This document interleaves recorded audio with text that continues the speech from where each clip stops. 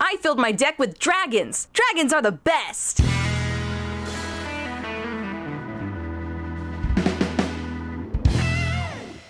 Greetings and salutations everyone, this is No Code Gaming, and I'd like to welcome you back to another Master Duel video. And in this video, we will be covering the first custom deck I've been bringing to the Limit 1 Festival, Dragonmaid Link. For those of you who have been watching my videos for a bit, you know I'm a big fan of the Dragonmaid archetype because of the tenacity of the archetype overall, being able to just outgrind your opponent. The deck I'm using right now is that supplemented with rockets to bring about stronger link monsters. Now, the deck itself is of course full of 1-card / 2-card combos. The 1-card combo normally ends in having either spheres or ending with Boral load with a 2 counters on it. Now, these combos will be displayed in the replays, and I'll try my best to explain them. If you are looking at this deck and are wondering what cards I would consider necessary, let me just quickly... And there you have it. What is on screen right now is what I consider to be the bare minimum of what this deck represents. If you want, you can change these 2 main deck ultra rares into any other high-level dragon. Like, you can change Chaos Dragon Levianeer into something else, or you can change Red Eyes Darkness Metal into something else. However, they help add consistency to the deck. As for the extra deck, it's a bit more non-negotiable. You do need the House and Shio to have a powerful Omni negate. Borload Savage Dragon is one of your main finishers. Chaos Ruler is somewhat negotiable. You can replace it with another level 8 Synchro, but Chaos Ruler is also here for added consistency. And Spheres is one of your best disruption / negates in this deck. Now, for the 1-card combos, you either need a Parlor or a Chamber. When you normal summon it, you can retrieve Tidying or Dragonmaid Hospitality. This combo will end you with a Spheres on the field, which is good for disrupting your opponent's plays. The tech I've decided to include in this is just the standard tech that you've seen if you've played any amount of rank. We have Effect Veiler, Ash Blossom, Maxx, Infinite Imperm. These are sort of the best ones to include. Also Lightning Storm. They're there to help reduce or disrupt your opponent even more. And with that, let's get on with the replays. So, fortunately, in the opening hand for the first replay, we opened up with both our 1-card starters. In my opinion, it is best to prioritize getting Spheres rather than getting a Shio. So we're just going to play it out, summon Chamber, and hopefully search out a Hospitality. However, they have an Ash Blossom. Don't worry though. We can still recover from this. Just pass the turn.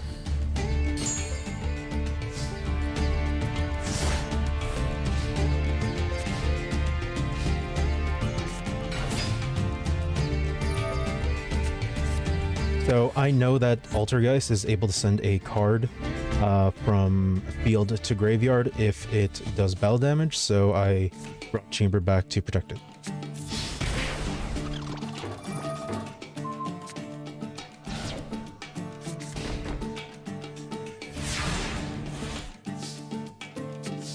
And now we're going to do the proper 1-card combo. Chamber, get Hospitality, and they have Called by the Grave, so I can't really summon Shio now.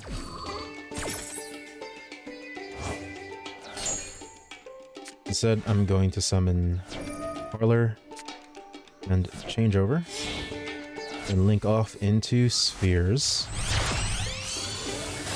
Never mind, I'm linking off to Romulus.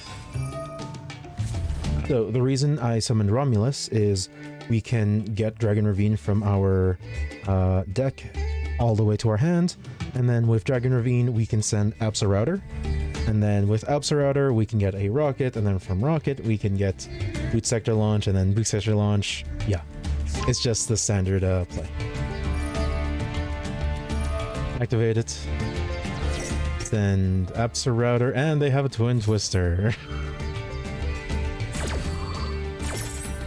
So I can't really do anything from here, so I'll just destroy their Altergeist. Don't worry, I promise I win this one.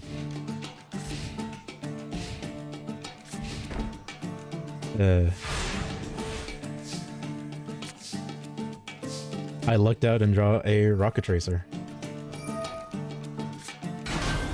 So with Rokket, activate, destroy that, get a silver, and then we are linking into, I believe, Chaos? Yep.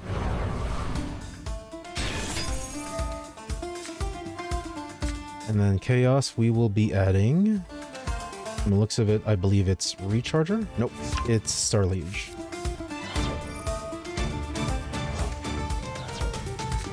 Chamber, Starliege. And then we are gonna be getting Triple Burst. And then bring back Chaos. Here's the thing though, they torrential tributes. And now it's just Orbital Hydralander beatdown. This card is actually really good for this event because its conditions are easy to fulfill and it just helps feed itself.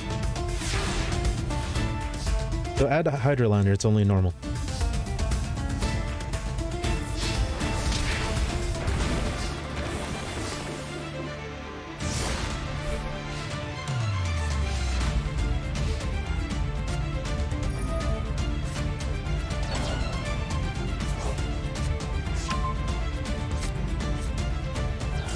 And that is a surrender from our opponent. Now, for the second match, I'll show you why we include Black Metal Dragon as well as Darkness Metal in our deck.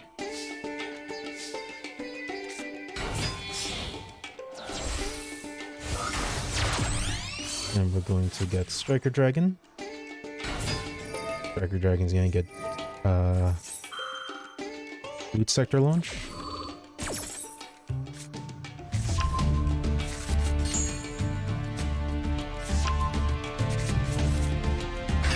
And Red Eyes, get Absorouter, link both into spheres.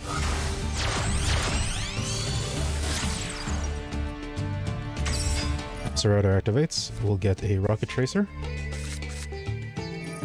Boot Sector Launch, Rokket, destroy Boot Sector, get that, then link into, I believe it was Quad Boral. Quad Boral destroys itself. And we now get Savage Boral Load. And we shall attach the Quad Boral end turn. So with this board, we finish with a bounce and a single Omni negate.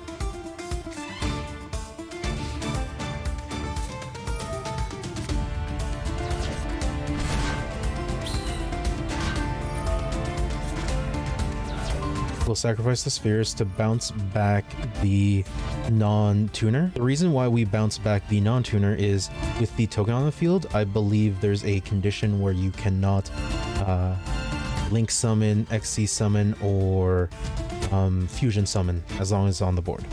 So you have to Synchro Summon. Yeah, right there. While that token is in the monster zone, the player who summoned it cannot special summon monsters from the extra deck except synchros. So while it's here, you can only synchro summon. With the effect of spheres, I pick up a Parlor, and with Parlor, I send Lorpar.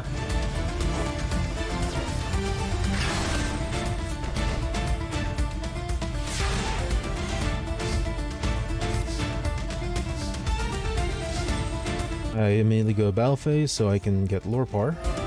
but they activated Threatening Roar, which does not allow me to attack this turn.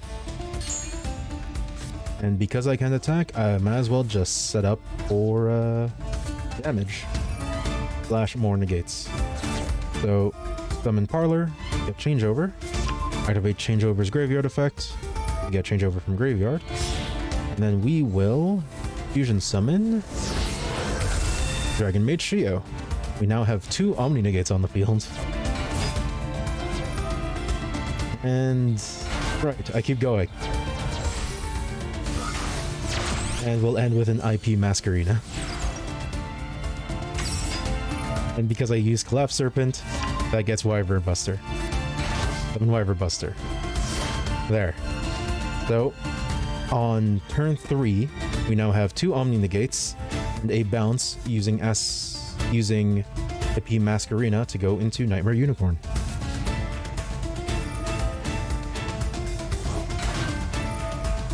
I keep going.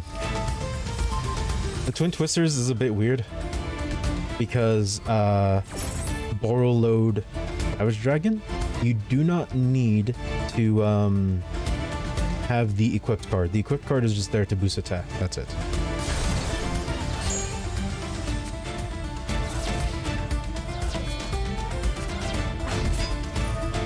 And now I get rid of this card again.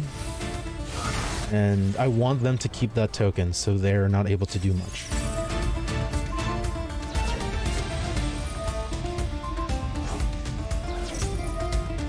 And negate the Prosciutto bounce. The Forload Savage. And that is game, I believe.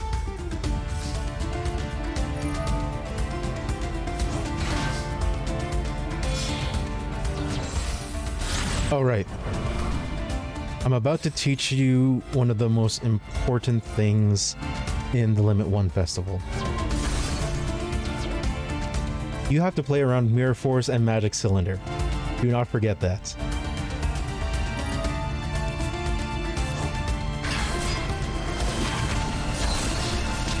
And no need to dunk.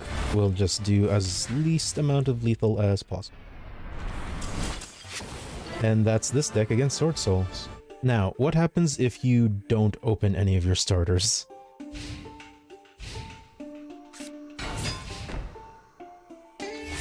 So, you have to be wary about Banisher of Radiance because, hey, any card sent to the GY is banished instead. And we need cards in the GY to function as a Dragon Link / Dragonmaid deck. So prioritize removing this.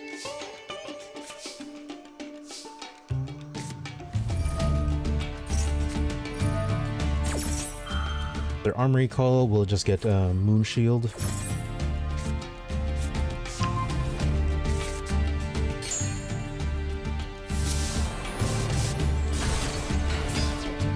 And we'll just get rid of the Radiant.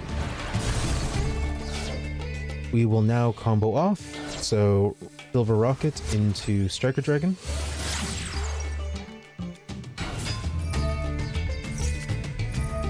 Oh, but unfortunately they Ash Blossom our Striker Dragon, so he can't get that booty.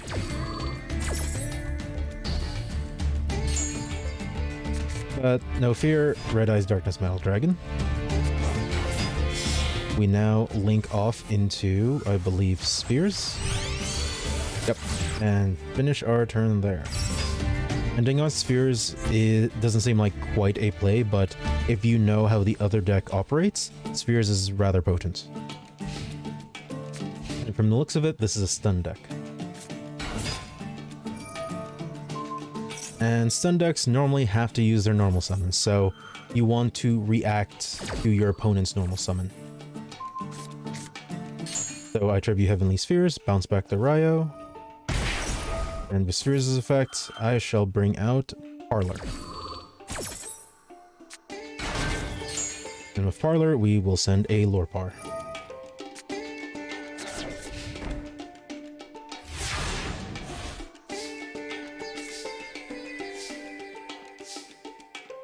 So we're immediately going to go battle phase, so we can summon a Lorpar, attack directly for 2700, and we will now combo off. Kitchen, we will discard Chamber, Normal summon Nurse. Get Chamber. Activate Chamber. Get Changeover. Activate Changeover. The reason why we're activating Changeover now is in case they have a Nibiru.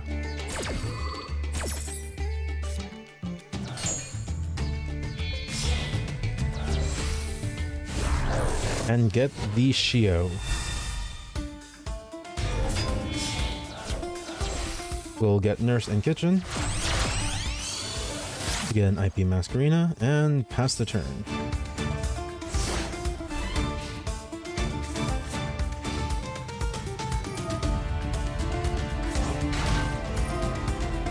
Nurse, get Parlor. Parlor, send Tidying. The reason I send Tidying is in case they have a Raigeki or a Field Clear. So here, they technically can activate Ryo's effect to cancel the summoning of Unicorn, but I also have a Shio. So technically, their Thunder King Ryo is gone.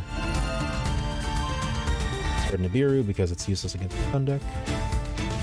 And no need to rub salt in the wound. We are just gonna go and get the KO.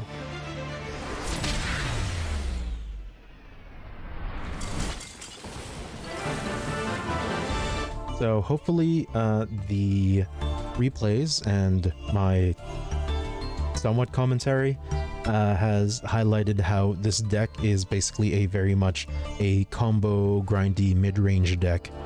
The goal of it is to disrupt your opponent, wear them down, and then hopefully come out on top with the card advantage that Dragonmaids have. The all-stars that I did not see appearing is Orbital Hydralander. This card is a lot better than I thought it would be.